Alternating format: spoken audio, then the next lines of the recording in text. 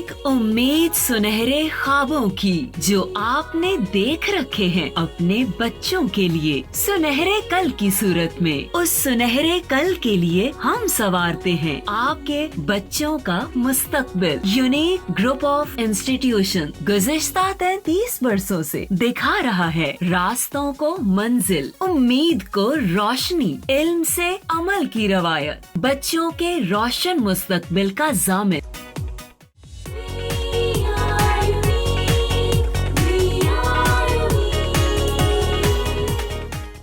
बिस्मिल्लाहिर्रहमानिर्रहीम। अस्सलाम वालेकुम डियर स्टूडेंट्स, कैसे हैं बेटे आप लोग? ठीक है जी बेटा, आपका मैथमेटिक्स टीचर गुलजार अहमद और लेक्चर नंबर 33 के साथ हाजिर है। जी बेटा, इससे पहले यूनिट नंबर 2 हम कंप्लीट कर चुके थे। आज हम न्यू चैप्टर स्टार्ट करने जा रहे हैं, तो आइए हम देखते हैं उसमें कौन कौन सी वाली टर्म है और क्या क्या बेटा हमने उसमें पढ़ना है। जी उसमें सबसे पहले बेटा हमारे पास है रेशो, और उसके बाद प्रपोर्शन, और उसके बाद है वेरिएशन। तो रेशो, प्रपोर्शन और वेरिएशन, ठीक है जी। तो रेशो, प्रपोर्शन और वेरिएशन में सबसे पहले हम बेटा देखेंगे रेशो कि रेशो क्या होती है, ठीक है जी। तो रेशो क्या होती है बेटा, और रेशो 9th में कुछ इसका कॉन्सेप्ट हम पढ़ के आए हुए हैं। चैप्टर नंबर 14 में मैथ में बेटा हमने पढ़ा था, उसमें रेशो की डेफिनेशन दी हुई है और प्रपोर्शन की डेफिनेशन भी दी हुई है, ठीक है। तो रेशो बेसिकली क्या होता है बेटा, ये रिलेशनशिप होती है, रिलेशन होता है टू क्वांटिटीज़ के बिटवीन में, और वो क्वांटिटीज़ सेम काइंड की होनी चाहिए, एक ही तरह की होनी चाहिए। फॉर एग्जांपल, अगर एक क्वांटिटी लेंथ है तो दूसरी भी लेंथ ही होनी चाहिए। ये नहीं होनी चाहिए कि अगर एक लेंथ है तो दूसरी किलोग्राम में हो, ठीक है। तो इस तरह से रेशो नहीं बनेगी। रेशो के लिए ज़रूरी है कि जिन क्वांटिटीज़ का हम रिलेशन बना रहे हैं वो क्वांटिटीज़ दोनों सेम हो। उसके बाद उनके यूनिट भी सेम बेटा होने चाहिए। अब फॉर एग्जांपल, एक किलोग्राम में एक क्वांटिटी मेजर की गई है और दूसरी ग्राम में मेजर की गई है। नो डाउट दोनों जो है वो यूनिट जो है वो बेटा मैथ्स के ही हैं, लेकिन किलोग्राम बड़ा यूनिट है और ग्राम उसका छोटा यूनिट है, तो दोनों के यूनिट भी सेम होने चाहिए, ठीक है बेटा। तो उसके बाद फिर जो उनका रिलेशन बनता है तो उसे हम कहते हैं कि ये रेशो कहलाता है। तो रेशो को अगर डिफ़ाइन करना हो तो किस तरह से बेटा डिफ़ाइन किया जाता है? उसके लिए relation between two quantities of the same kind, of the same kind बताना बेटा ज़रूरी है, ठीक है। अब आगे है, बुक में आप देख सकते हैं बेटा डेफिनेशन लिखी हुई है, मेजर्ड इन सेम यूनिट, यानी उनके जो जिन यूनिट में उनको मेजर किया गया है वो भी सेम ही हो। और अगर फ़र्ज़ करें कि डिफरेंट यूनिट में भी मेजर किए गए हैं तो हम उन्हें सॉल्व करने से पहले, सिंप्लीफाई करने से पहले रेशो जब लेंगे तो हम उसे क्या करेंगे, सेम यूनिट में कन्वर्ट कर देंगे, ठीक है। Is called ratio. अब देखिए, सपोज हमारे पास टू क्वांटिटीज़ हैं, एक ए है और एक बी है, तो फिर क्या होगा, if A and B are two quantities of same kind. तो सेम काइंड का बताना मैंने पहले बताया कि ज़रूरी है, ठीक है। And B is not zero, ये बात बहुत ज़रूरी है, बी इज़ नॉट ज़ीरो, क्योंकि जब आप इसको रिलेशन बनाएंगे, अब अभी बताते हैं, then ratio of A and B is written as, तो उसको रेशो को लिखा जाएगा ए रेशो बी। इसके लिए बेटा ये सिंबल यूज़ होता है रेशो के लिए, और इसे ए ओवर बी में लिखेंगे। अब आपने पता है रैशनल नंबर की डेफिनेशन में बेटा हमने पढ़ा हुआ था कि ऐसे जो नंबर हैं जो ओवर की फॉर्म में लिखे जा सकते हैं, पी ओवर क्यू की फॉर्म में लिखे जा सकते हैं, और इसमें पी क्यू इंटीजर होते हैं और q is not is equal to zero वाली कंडीशन होती है, क्योंकि ओवर में ज़ीरो नहीं आना चाहिए। जब ओवर में ज़ीरो आ जाता है तो वो एज ए होल जो एक्सप्रेशन होती है वो अनडिफाइंड हो जाती है। दैट्स वाई जब हम ए और बी के रेशो लिखेंगे तो ए ओवर बी वाली ओवर वाली फॉर्म में लिखेंगे, फ्रैक्शन वाली फॉर्म में लिखेंगे तो बी ओवर में आएगा। जब ओवर में आएगा तो अगर बी की वैल्यू ज़ीरो होगी तो ये क्या बन जाएगा, अनडिफाइंड हो जाएगा। हम ये चाहते हैं कि ये अनडिफाइंड ना हो, तो इसलिए बी ज़ीरो नहीं होना चाहिए, और वो यही बात बेटे यहाँ पर लिखिए, बी इज़ नॉट ज़ीरो। तो यहाँ तक बेटा जी आपने इसकी डेफिनेशन लिखनी है। अगर आपको रेशो की डेफिनेशन आती है करने के लिए तो यहाँ से लेकर ये बेटा जी आपने डेफिनेशन लिखनी है, और ये बुक में आपके लिखी हुई है, ये वहीं से बेटा मैंने रीराइट की है, ठीक है जी। तो फिर रेशो क्या है? रेशो बेसिकली टू क्वांटिटीज़ का रिलेशन होता है, और जिसमें वो दोनों क्वांटिटीज सेम काइंड की होती हैं और सेम यूनिट की होती हैं। और जब उनका बेटा हम रेशो की फॉर्म में लिखते हैं तो ये सिंबल यूज़ होता है, फ्रैक्शन में लिख सकते हैं, ए ओवर बी की फॉर्म में लिख सकते हैं, और डिनोमिनेटर जो है वो ज़ीरो नहीं होना चाहिए। ठीक है बेटा। मज़ीद इसमें जो बात आपने जहन में रखनी है, कुछ बातें जो हैं वो याद रखने के लिए हैं कि वो इम्पॉर्टेंट पॉइंट है, आप ये कह सकते हैं इम्पॉर्टेंट इसके जो पॉइंट्स आपने बेटा जहन में रखने हैं, ये एमसीक्यूज़ की फॉर्म में आपसे पूछे जा सकते हैं। ठीक है। वो ये है कि जो रेशो के अंदर जो फर्स्ट एलिमेंट होता है, जब आप रेशो लिखते हैं, फ़र्ज़ करें कि हमने x रेशो y लिखा हुआ है, तो x रेशो y में फर्स्ट एलिमेंट यहाँ पर कौन है बेटा, x है, और सेकंड एलिमेंट कौन है, y है। ये जो फर्स्ट एलिमेंट है इसे हम कहते हैं एंटीसीडेंट, इसे एंटीसीडेंट बेटा बोलते हैं। और जो हमारे पास y है, सेकंड एलिमेंट है, उसे कॉन्सिक्वेंट कहते हैं।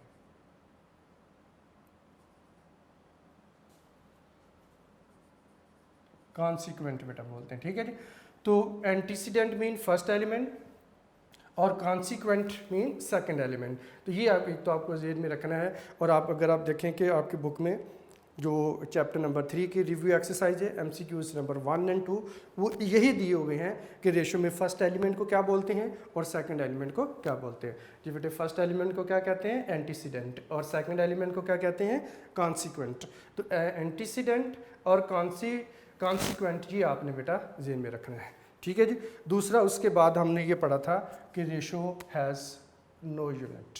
ठीक है जी, रेशो हैज़ नो यूनिट, इसका कोई यूनिट नहीं होता है। ठीक है जी बेटा। और उसके बाद ये है कि इसका ऑर्डर इंपॉर्टेंट है, order of element is important, ये बहुत इंपॉर्टेंट है, इसका आपने ख्याल रखना है। फॉर एग्जांपल हम लिखते हैं A ratio B, A ratio B is not a same B ratio A। अब ये दोनों एक ही चीज़ बेटे नहीं होती हैं। A रेशो B और चीज़ होती है और B रेशो A और चीज़ होती है। इसमें ऑर्डर का बेटे हम ख्याल रखते हैं। ठीक है।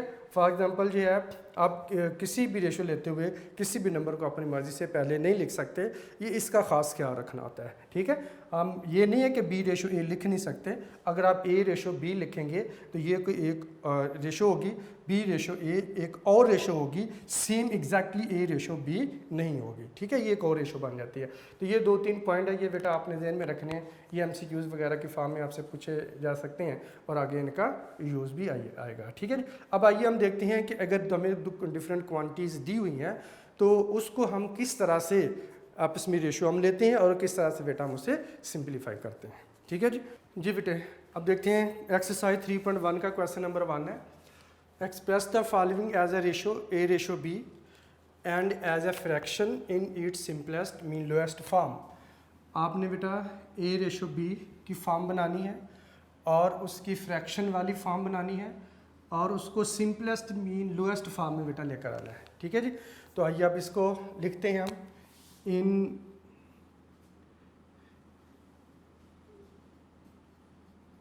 In the form of ratio, in quantities को रेशो की फॉर्म में लिखेंगे। अब दोनों बेटा रुपीज़ है, प्राइस दिए हुए हैं, तो आप इसको लिख सकते हैं RS 750 रेशो या आ जाएगा 1250। ठीक है।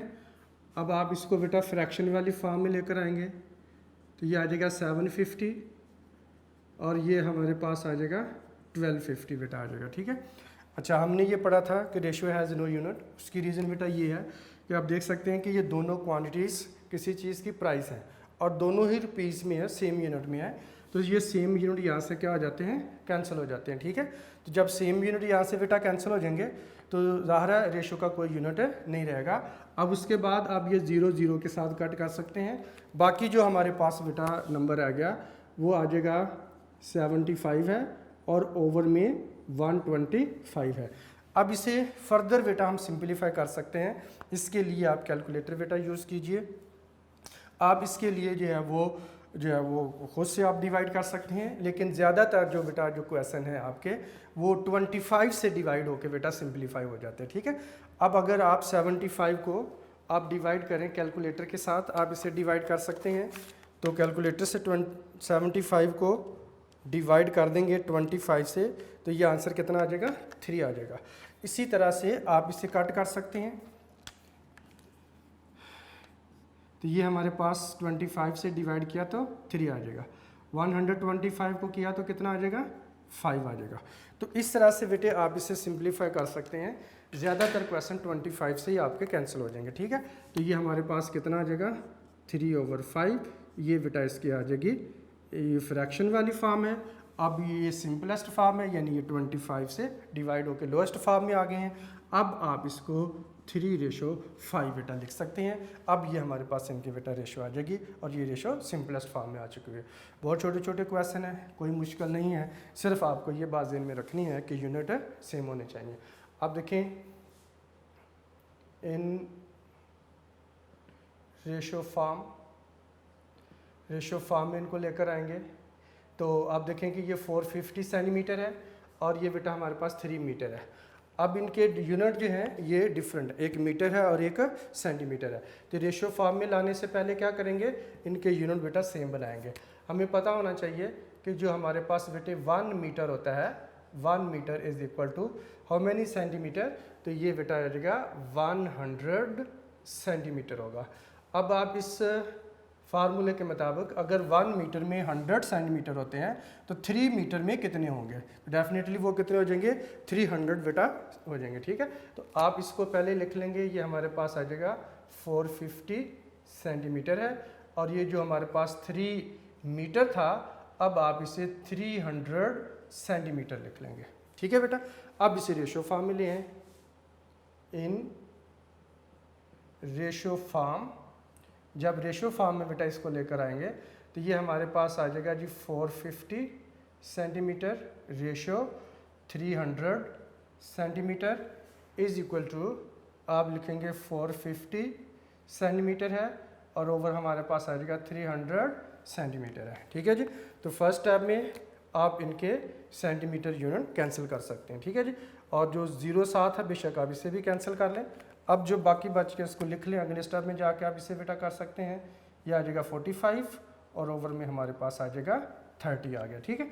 अच्छा, अब आप देखें कि 45/30 को हमने मज़ीद इसको बेटा सिंपलीफाई करना है और इसे और लोएस्ट फॉर्म में लेकर आना है जी बेटा। अब आप देखें किससे इसको डिवाइड किया जाए कि वो बड़े से बड़ा नंबर है जो 45 और 30 को डिवाइड कर सकता हो। अगर वो ना मिल रहा हो तो आप इसको बेटा जी जो है वो छोटे नंबर से डिवाइड करके भी ला सकते हैं, ठीक है। अब आप इसे देखिए यूँ भी लिख सकते हैं, अगर इसे फैक्टराइज करें मैं इसे लिख सकता हूँ 15 × 3 और ओवर में 30 है, मैं इसे लिख सकता हूँ 15 × 2।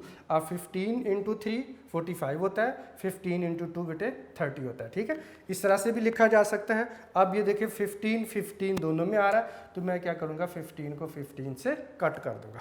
इस तरह से भी किया जा सकता है, जैसे यहाँ पर बेटा हमने 25 से डिवाइड किया था उस तरह से भी किया जा सकता है, ठीक है। तो जो आपको इजी लगे उस तरह से हम कर सकते हैं इसको। तो ये हमारे पास आ जाएगा बेटा 3/2 है। आप इसे रेशो वाली फॉर्म में लाओगे तो ये बेटा हमारे पास 3/2 इसका आंसर आ जाएगा, ठीक है जी। अब आते हैं पार्ट नंबर 3 की तरफ और इसमें बेटा मैंने 4 kg दिया हुआ है और 2 kg 750 ग्राम दिया हुआ है। तो इसमें आप देखें kg और ये kg कुछ ग्राम में है, तो आप इसको जो है वो या तो सारों को किलोग्राम में ले आएँ या सारों को बेटा आप ग्राम में ले आएँ, तो दोनों तरह से दुरुस्त रहता है। अब आप देखें कि हमारे पास जो रिलेशन होता है 1 किलोग्राम जो इज इक्वल होता है बेटे 1000 ग्राम के इक्वल होता है, ठीक है। तो 1 किलोग्राम इज इक्वल टू 1000 ग्राम के इक्वल होता है। तो आप इसको तमाम वैल्यू को ग्राम में लें, इजी रहेगा। तो अब ये हमारे पास है 4 kg है, 1 kg में 1000 ग्राम होता है, तो 4 kg में कितना हो जाएगा बेटा 4000 हो जाएगा। तो आप इसे 4000 ग्राम लिख लेंगे, ठीक है। अब ये हमारे पास कितना है जी 2 kg है, ये हमारे पास आ जाएगा 2000 बेटा ग्राम आ जाएगा और इसके साथ जो है वो प्लस 750 ग्राम आ जाएगा, ठीक है। तो ये मेरे पास बेटा आ जाएगा जी 4000 ग्राम है और ये 2000 ये है और 750 ग्राम ये है, दोनों को कंबाइन कर लेंगे तो ये हमारे पास बेटा आ जाएगा 2750 ग्राम बेटा आ जाएगा, ठीक है। अब इन रेशो फॉर्म इसीलिए हैं क्योंकि यूनिट सेम हो चुके हैं। अब आप रेशो फॉर्म में बेटा इसे ला सकते हैं। तो ये हमारे पास आ जाएगा 4000 ग्राम है, रेशो 2750 ग्राम है। तो ये बेटा जी मेरे पास आ जाएगा 4000 ग्राम, आप इसको लिख लें, और ये मेरे पास आएगा 2750 ग्राम बेटा आ जाएगा। अब इसमें आप ग्राम ग्राम के साथ कैंसिल कर देंगे क्योंकि रेशो का कोई यूनिट नहीं होता, और उसके ना होने की रीज़न भी यही है बेटा कि यूनिट सेम होते हैं और वो कैंसिल हो जाते हैं। अब इस तरह से एक ज़ीरो इसके साथ आप कैंसिल कर लें। तो अब हमारे पास जो बाकी बच गया है बेटा वो है जी 400 रह जाएगा और 275 आ जाएगा। अभी मैंने आपको बेटा बताया, अब इसे सिंपलीफाई करने के लिए जो है वो छोटे छोटे नंबर से डिवाइड करके भी सिंपलीफाई कर सकते हैं, या जो इस तरह के बड़े नंबर हैं उन्हें डायरेक्ट आप 25 से डिवाइड करेंगे तो ये बेटा हमारे पास आंसर आ जाता है। अब आप इसको डिवाइड कीजिए, 400 को 25 से डिवाइड करेंगे तो बेटा आ जाएगा 16 आ जाएगा, नीचे 275 है, 275 को आप डिवाइड कीजिए 25 से तो 11 आ जाएगा। ठीक है बेटा, तो इस तरह से 16:11, ये फर्दर आप सिंपलीफाई नहीं होते, तो ये बेटा इसका आंसर होगा। तो इसको हम किससे डिवाइड कर रहे हैं, डिवाइड कर रहे हैं जी बेटा बाय 25 से।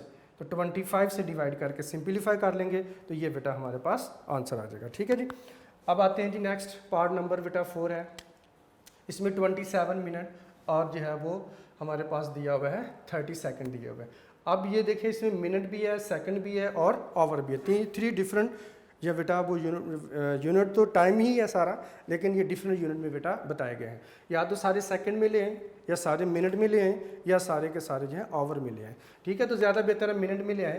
तो ये बेटा आ जाएगा हमारे पास 27 मिनट है और ये 30 सेकंड है, और 30 सेकंड में कितने मिनट होते हैं, हाफ मिनट होता है, यानी हम इसे लिख सकते हैं प्लस 0.5 मिनट इसे कर लेंगे। और 1 आवर में हमारे पास 60 मिनट होते हैं, इसलिए हम 1 आवर की जगह पे 60 मिनट लिख लेंगे। तो ये बेटा आ जाएगा 27.5 मिनट होगा। दोनों को आप कंबाइन कर लेंगे, दोनों को बेटा ऐड कर लेंगे, और ये हमारे पास आ जाएगा 60 मिनट आ जाएगा। ठीक है जी, अब आप इसको लिखेंगे इन रेशो फॉर्म। अब इनकी रेशो फॉर्म बना लेंगे बेटा जी। रेशो फॉर्म जब बनाएंगे तो आ जाएगा 27.5 मिनट है, रेशो ये बेटा आ जाएगा 60 मिनट है, और इज़ इक्वल टू आप इसको लिख देंगे 27.5 मिनट, और ओवर में बेटा आ जाएगा 60 मिनट है, लाइक दिस, इस तरह से। तो बेटा आपने अब ये करना है कि इनको कैंसिल कर देना है। तो ये मेरे पास बेटा कैंसिल हो जाएगा मिनट मिनट के साथ, और अब जो वैल्यू मेरे पास बेटा रह जाएगी वो होगी 27.5 है, और ओवर में आ जाएगा 60 आ जाएगा। ठीक है, अब बेटा हमने पॉइंट रिमूव करना है। इस पॉइंट को जब हम रिमूव करते हैं तो पॉइंट की जगह आपको पता हम क्या लगा लेते हैं, 1 लगा लेते हैं। अब पॉइंट के बाद जितने डिजिट होते हैं उतनी क्या करते हैं, 0 लगाते हैं। अब पॉइंट के बाद 1 डिजिट था 5, तो 1 डिजिट लगा, तो ये यहाँ से पॉइंट क्या हो जाएगा, रिमूव हो जाएगा। अब आपने इसको लिखना बेटा 275 और 60 को 10 से मल्टीप्लाई किया तो कितना आ जाएगा, 600 आ जाएगा। ठीक है, अब इसको भी बेटे आपने 25 से डिवाइड करना। ठीक है, तो अभी हमने 275 को डिवाइड किया था 25 से, तो कितना आंसर आया था, 11 आंसर आ गया था। ठीक है, आप 600 को कर लें, 600 को डिवाइड करेंगे 25 के साथ तो 24 बेटा आ जाएगा, और नीचे मेरे पास आ जाएगा 24। मैंने इसको किससे डिवाइड किया जी, डिवाइडेड बाय 25, तो मैंने इनको 25 से बेटा डिवाइड किया दोनों को। ठीक है जी, अब इसे सिंपलीफाइड फॉर्म में लेकर आएंगे तो 11:24, ये बेटा जी इसका आंसर आ जाएगा। ठीक है जी, तो इस तरह से बेटा क्वेश्चन नंबर 1 के जो 5 पार्ट्स हैं, जिनमें से 4 मैंने आपको सॉल्व करके आपके सामने वाइट बोर्ड पर बेटा दिखा दिए हैं। अब आपने ये काम करना है कि इसका जो लास्ट पार्ट है, जो कि डिग्री में बेटा दिया हुआ है, कोई मुश्किल नहीं है, बहुत आसान है। क्वेश्चन नंबर 1 का पार्ट नंबर 5 जो मैं आपके सामने ये लिख देता हूँ, ये बेटा अब आपका होमवर्क है, बहुत सिंपल है। कोई यूनिट आपने इसको सेम नहीं बनाने की ज़रूरत है, ऑलरेडी सिंप्लीफाइड फॉर्म में बेटा दिया हुआ है। जस्ट आप इसको रेशो की फॉर्म में लिखेंगे और उसके बाद बेटा आपने इसको 25 से डिवाइड करके आपने इसको सिंप्लीफाई कर लेने हैं। अब ये बेटा जी आपका होमवर्क है, इसको आपने कंप्लीट करना है। आई होप ये बेटा आपसे हो जाएगा, कोई प्रॉब्लम नहीं होगी जी बेटे। क्वेश्चन नंबर है 2। अब ये देखते हैं क्वेश्चन नंबर 2 में बेटे बताया हुआ है, in a class of 60 students 25 students are girls and remaining students are boys. Compute the ratio of boys to total students and boys to girls. ये बेटा हमने फाइंड करके बताना है। क्वेश्चन नंबर 1 की तरह ही है, कोई मुश्किल नहीं है बेटा। तो सबसे पहले हमने क्या करना है, जिसका सॉल्यूशन किस तरह से होगा, आप सबसे पहले लिखेंगे टोटल नंबर ऑफ स्टूडेंट्स जी। टोटल नंबर ऑफ स्टूडेंट्स कितने हैं जी बेटा, वो इज इक्वल टू दिए हुए हैं 60। अब उसमें आप देखें कि नंबर ऑफ गर्ल्स कितनी है,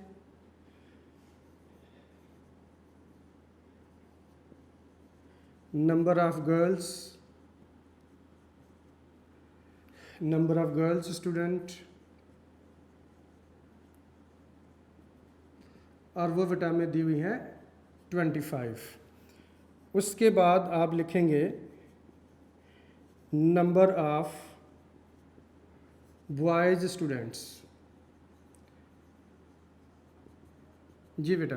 अब टोटल अगर 60 हैं और उनमें से 25 गर्ल्स हैं तो रिमेनिंग क्या हो जाएंगे, बॉयज़ हो जाएंगे बेटा। ठीक है, हम क्या करेंगे कि 60 माइनस 25 और इज इक्वल टू ये बेटा जी आ जाएगा 35।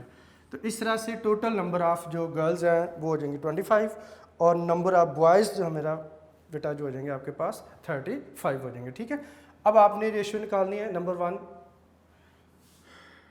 One ratio of boys to total students. ठीक है जी, तो आप लिख लेंगे जी number of boys ratio total number of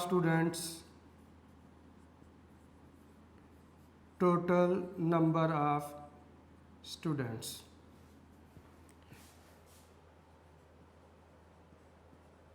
ठीक है जी, तो ये बेटा हमारे पास आ जाएंगे जी। टोटल नंबर ऑफ बॉयज़ कितने हैं 35 और टोटल स्टूडेंट्स कितने हैं 60। ओवर की फॉर्मूले हैं फ्रैक्शन में, तो ये हमारे पास बेटा आ जाएगा 35 ओवर आ जाएगा 60।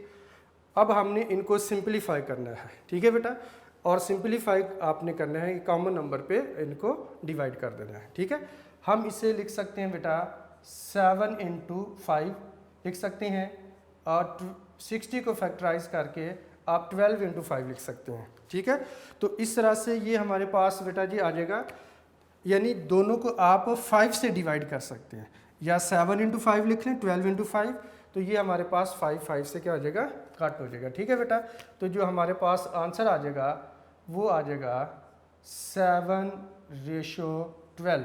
ये बेटा जी इसका एक आंसर आ जाएगा। ठीक है जी, अब हम आइए देखते हैं इसका जो पार्ट नंबर 2 है उसमें बॉयज़ टू गर्ल्स की रेशो है।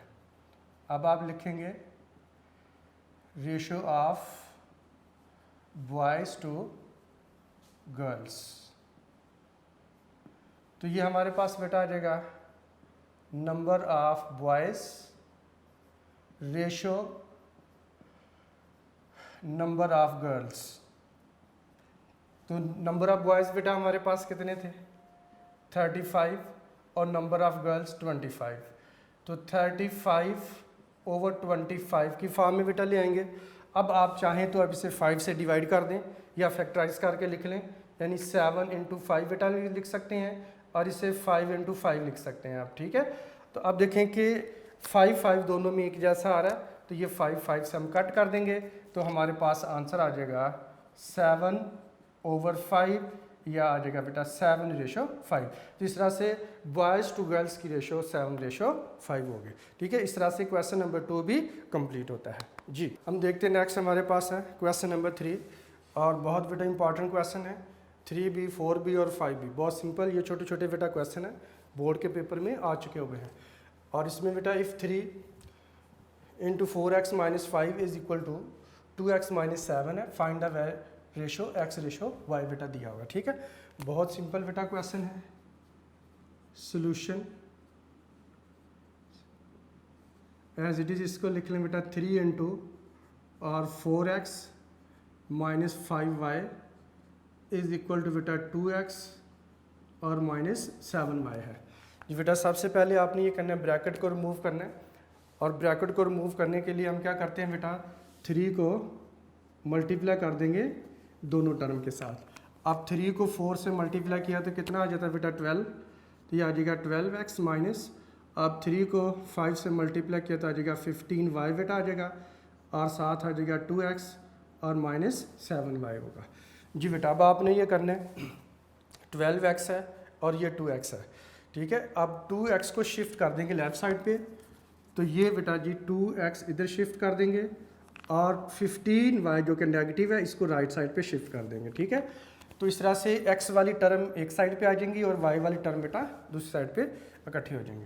तो ये हमारे पास आ जाएगा बेटा 12x है और -2x होगा इज इक्वल टू जी बेटा 12x - 2x आ गया, 15 उधर आके हो जाएगा पॉजिटिव, तो 15y आ जाएगा, और -7y एज इट इज रहेगा, 15 उधर जाकर पॉजिटिव हो जाएगा जी। बेटा 12 में से 2 माइनस किए तो ये 10x रह जाएगा। अब हमारे पास है बेटा 15y, 15 में से 7 को सब्ट्रैक्ट कर दें तो ये बेटा हमारे पास आ जाता है 8y आ गया। ठीक है जी। अच्छा, अब हमने ये बेटा जो फाइंड आउट करना है वो हमें दिया हुआ है x रेशो y है। अब x रेशो y का मतलब बेटा होता है x/y, तो असल में अब यहाँ से आपने x/y की बेटा वैल्यू फाइंड आउट करके बतानी है। ठीक है, तो उसके लिए पहले आप x की वैल्यू निकाल लें। x इज इक्वल टू, ये हमारे पास है 8y है, और 10 इधर मल्टीप्लर था और उधर जाकर क्या आ जाएगा, डिवाइड हो जाएगा। अब इसी तरह से ये बेटा आप देखिए y उधर मल्टीप्लर है, इधर लाकर क्या कर देंगे, डिवाइड कर देंगे, x/, आ जाएगा y इज इक्वल टू 8/10 हमारे पास आ जाता है। ठीक है बेटा, अब हमने इनको सिंप्लीफाई करना है। अब दोनों को यानी कि एंटीसीडेंट और कॉन्सिक्वेंट को, यानी न्यूमिनेटर और डिनोमिनेटर को, 8 को और 10 को आप डिवाइड कर देंगे 2 से। 8 को 2 से डिवाइड किया तो बेटा कितना आ जाता है, ये हमारे पास आ जाएगा 4 आ जाएगा। इस तरह से 10 को आपने बेटा 2 से डिवाइड किया तो कितना आ जाता है, 5 आ जाता है। तो ये हमारे पास बेटा जी अब बन जाएगा। अब अगर इसे रेशो वाली फॉर्म में लिखेंगे तो x रेशो y आ जाएगा इज इक्वल टू, ये 4/5 बनता है, तो आप लिख देंगे 4/5। तो ये बेटा जी हमारे पास x रेशो y की वैल्यू आ जाती है। ठीक है, तो बहुत इंपॉर्टेंट बेटा क्वेश्चन है, और ये बोर्ड के पेपर में आ चुका हुआ है, बहुत इजी है, कोई मुश्किल नहीं है। ठीक है जी, अब आइए देखते हैं नेक्स्ट है क्वेश्चन नंबर बेटा 4 मेरे पास।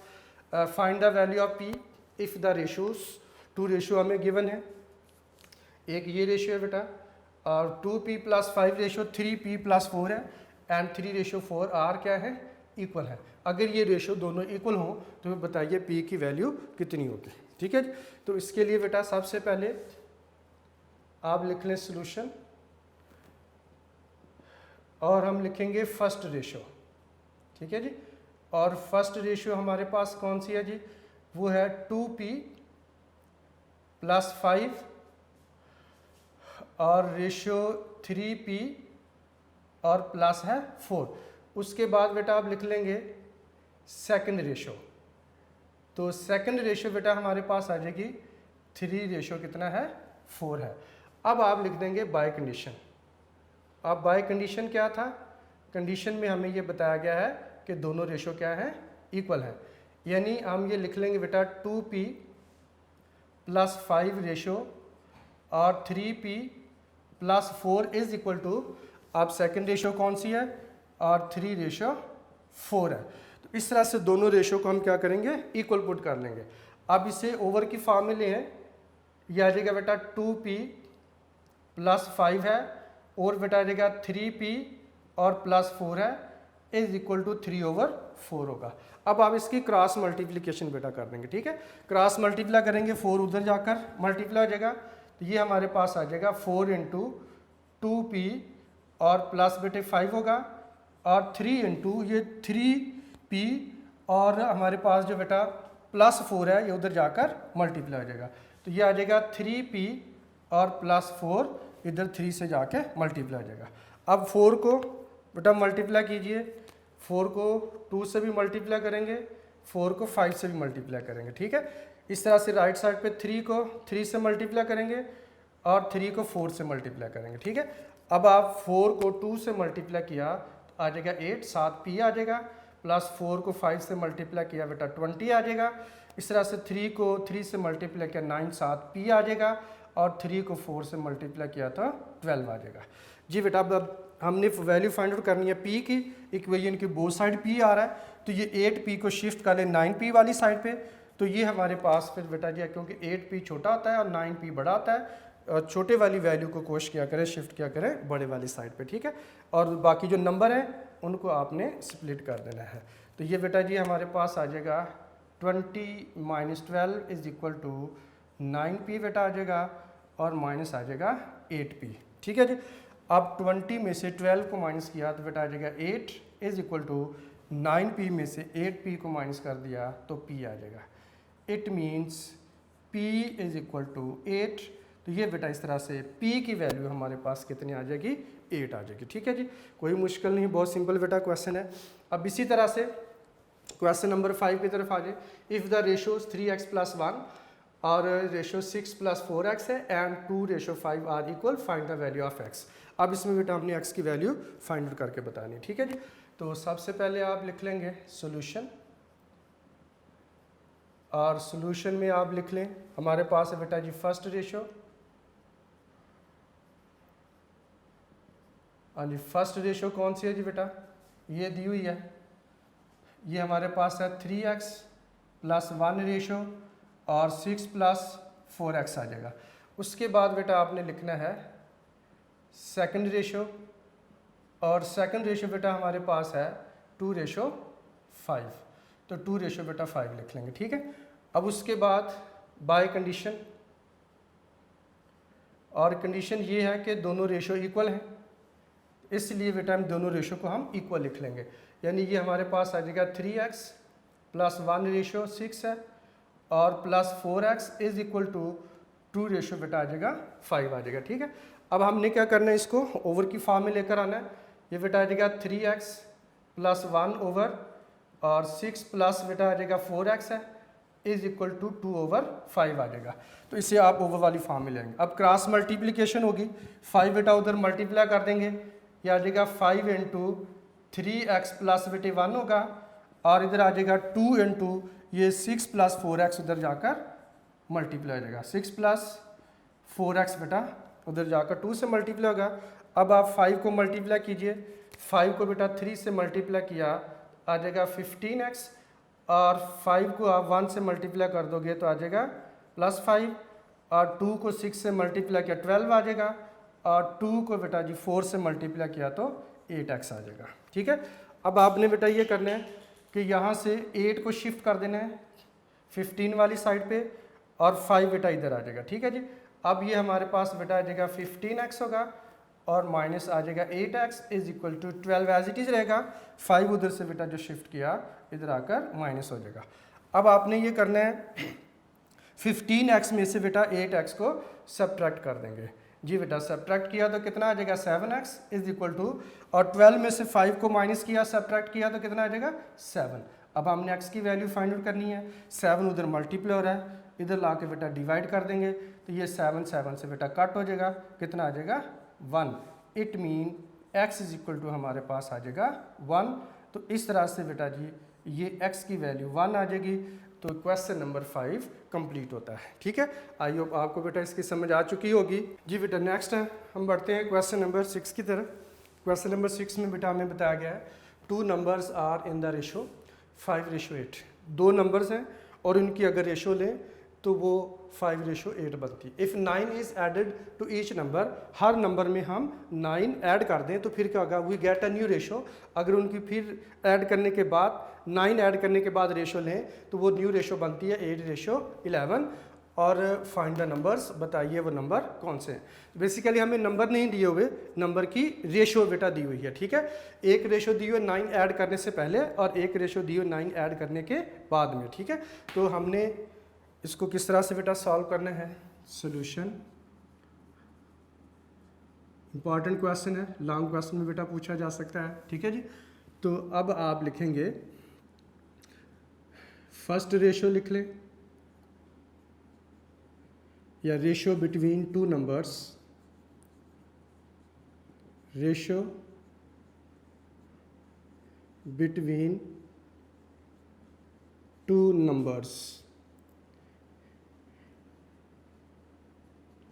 और वो रेशो है बेटा 5:8, ठीक है।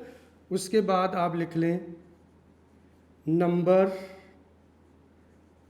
टू बी एडेड, और दैट नंबर इज 9, ठीक है। अब उसके बाद आप लिख लें new ratio, new ratio is equal to 8:11, ठीक है। अब आप बेटा लेट करेंगे, लेट फर्स्ट नंबर इज, और ये जो ratio between the two numbers है उसमें फर्स्ट एलिमेंट कौन है, 5, यानी एंटीसीडेंट 5 है। अब इसके साथ बेटा आपने x लगाना है, तो ये इस तरह से हमारे पास फर्स्ट नंबर बन जाएगा, ठीक है। और उसके बाद आपने लिखना है हाँ जी सेकंड नंबर, और सेकंड नंबर हमारे पास है, इसी रेशो बिटवीन टू नंबर्स जो है उसमें जो सेकंड एलिमेंट है वो 8 है, और 8 के साथ आप x लगाएंगे तो ये बेटा हमारे पास क्या बन जाएगा, सेकंड नंबर बन जाएगा, ठीक है जी बेटा। अच्छा, अब उसके बाद जब आपने लिख लिया नंबर लेट कर लिए तो बाय कंडीशन, ठीक है। अब इसके ऊपर कंडीशन अप्लाई कर देंगे, तो कंडीशन अप्लाई किस तरह से बेटा आपने करना है, आप लिखेंगे बाय कंडीशन। आप ज़रा गौर से देखना है वो कंडीशन कौन सी है जी। कंडीशन कहता है इफ़ 9 इज़ एडेड, अगर 9 को ऐड किया जाए, if 9 is added, 9 is added to each number, अगर हर नंबर में 9 को ऐड कर दिया जाए, ठीक है। अब वो नंबर हमने लेट किए हुए हैं वो कौन से हैं, 5x है, एक नंबर हमारे पास है 5x है, और दूसरा नंबर हमारे पास कितना है 8x है, तो ये दो नंबर हैं। अब कहता है if 9 is added to each number, अगर इन दोनों में से 9 में ऐड कर दें, 9 ऐड कर दें, तो यहाँ पे हम कर देंगे +9 कर देंगे, और यहाँ पर भी +9 कर देंगे। दोनों नंबर में 9 ऐड कर दिया, we get a new ratio. अब अगर इनकी रेशो लें, यानी यहाँ पे अगर आप इन नंबर की रेशो लें तो वो रेशो किसके इक्वल होगी, that ratio is equal to 8:11, तो ये आ जाएगा 8:11 के इक्वल होगा, जो कि न्यू रेशो हमें दी हुई है, ठीक है जी बेटा। तो इस तरह से कंडीशन अप्लाई होगी, और ये हमारे पास बिल्कुल इससे जो प्रीवियस क्वेश्चन की तरह बन गया। अब यहाँ से x की वैल्यू पहले फाइंड आउट हम करते हैं, ठीक है जी। अब आप इसको लिखेंगे 5x + 9 है, ओवर बेटा आ जाएगा 8x + 9 है, इज इक्वल टू 8/11 आ जाएगा। अब आप इसको क्रॉस मल्टीप्लाई बेटा कर देंगे, तो आ जाएगा 11 × 5x प्लस बेटे 9 होगा, और 8 × 8x + 9 उधर जाकर मल्टीप्लाई होगा, 8x प्लस बेटा आ जाएगा 9 आ गया, ठीक है जी। जी बेटा आप 11 को मल्टीप्लाई कीजिए, 11 को बेटा 5 से मल्टीप्लाई करेंगे तो ये आ जाएगा 55x होगा। अब 11 को 9 से मल्टीप्लाई कर दें तो ये बेटा 99 आ जाएगा, इज़ इक्वल टू 8 को 8 से मल्टीप्लाई कर दें 64 बेटा हमारे पास आ जाएगा, 64x हो गया। अब 8 को 9 से मल्टीप्लाई कर दें तो ये हमारे पास आ जाएगा 72 हो गया। जी बेटा अब आप देखें ये 64x है, ये 55x है। अब 64 बड़ा होता है, 55 छोटा है, तो अब छोटे नंबर को शिफ्ट कर देंगे बड़े वाली साइड पे, और यहाँ से 72 को उधर बेटा शिफ्ट कर देंगे लेफ़्ट साइड पर। अब ये हमारे पास आ जाएगा 99 - 72 इज़ इक्वल टू 64x, और माइनस बेटा आ जाएगा 55x बेटा आ जाएगा, ठीक है जी। अच्छा जी अब आप ये देखें हमारे पास बेटा 99 से आपने 72 को सब्ट्रैक्ट करना है, ठीक है। कैलकुलेटर से कर लें या आपके पास बेटा आ जाएगा 27 इज इक्वल टू, जी बेटा ये हमारे पास कितना आ जाएगा जी, 64 में से 55 बेटा सब्ट्रैक्ट कर देंगे तो ये हमारे पास आ जाएगा 9x। अब हमने x की वैल्यू फाइंड आउट करनी पहले, तो 9 इधर मल्टीप्लाई है, उधर जाके क्या कर देंगे, डिवाइड कर देंगे, इज इक्वल टू आ जाएगा x। यानी आप इसको अब कैंसिल कर लें तो ये हमारे पास 9 को 9 से डिवाइड किया तो 1 आता है, तो यहाँ पे आ जाएगा 3। इट मीन्स x की वैल्यू बेटा हमारे पास कितनी आ जाएगी, 3 आ जाएगी, ठीक है जी। अब बहुत सारे स्टूडेंट बेटा इसमें मिस्टेक करते हैं, यहाँ तक वैल्यू फाइंड आउट करके छोड़ देते हैं। अब देखें क्वेश्चन में कहीं नहीं कहा गया कि x की वैल्यू फाइंड आउट करें, बल्कि हमने वो नंबर्स फाइंड आउट करने हैं, वो नंबर जो हमने लेट किए हुए हैं, ठीक है जी। तो 10 साहब लिखेंगे फर्स्ट नंबर जो कि बेटा हमारे पास कितना था जी, 5x था, तो आप लिख देंगे 5 × 3 इज इक्वल टू आ जाएगा 15। और बेटा जी सेकंड नंबर होगा, सेकंड नंबर हमारे पास 8x था, आप 8 × बेटा 3 लिख देंगे और 24 आ जाएगा, ठीक है जी। तो required numbers are, required numbers are 15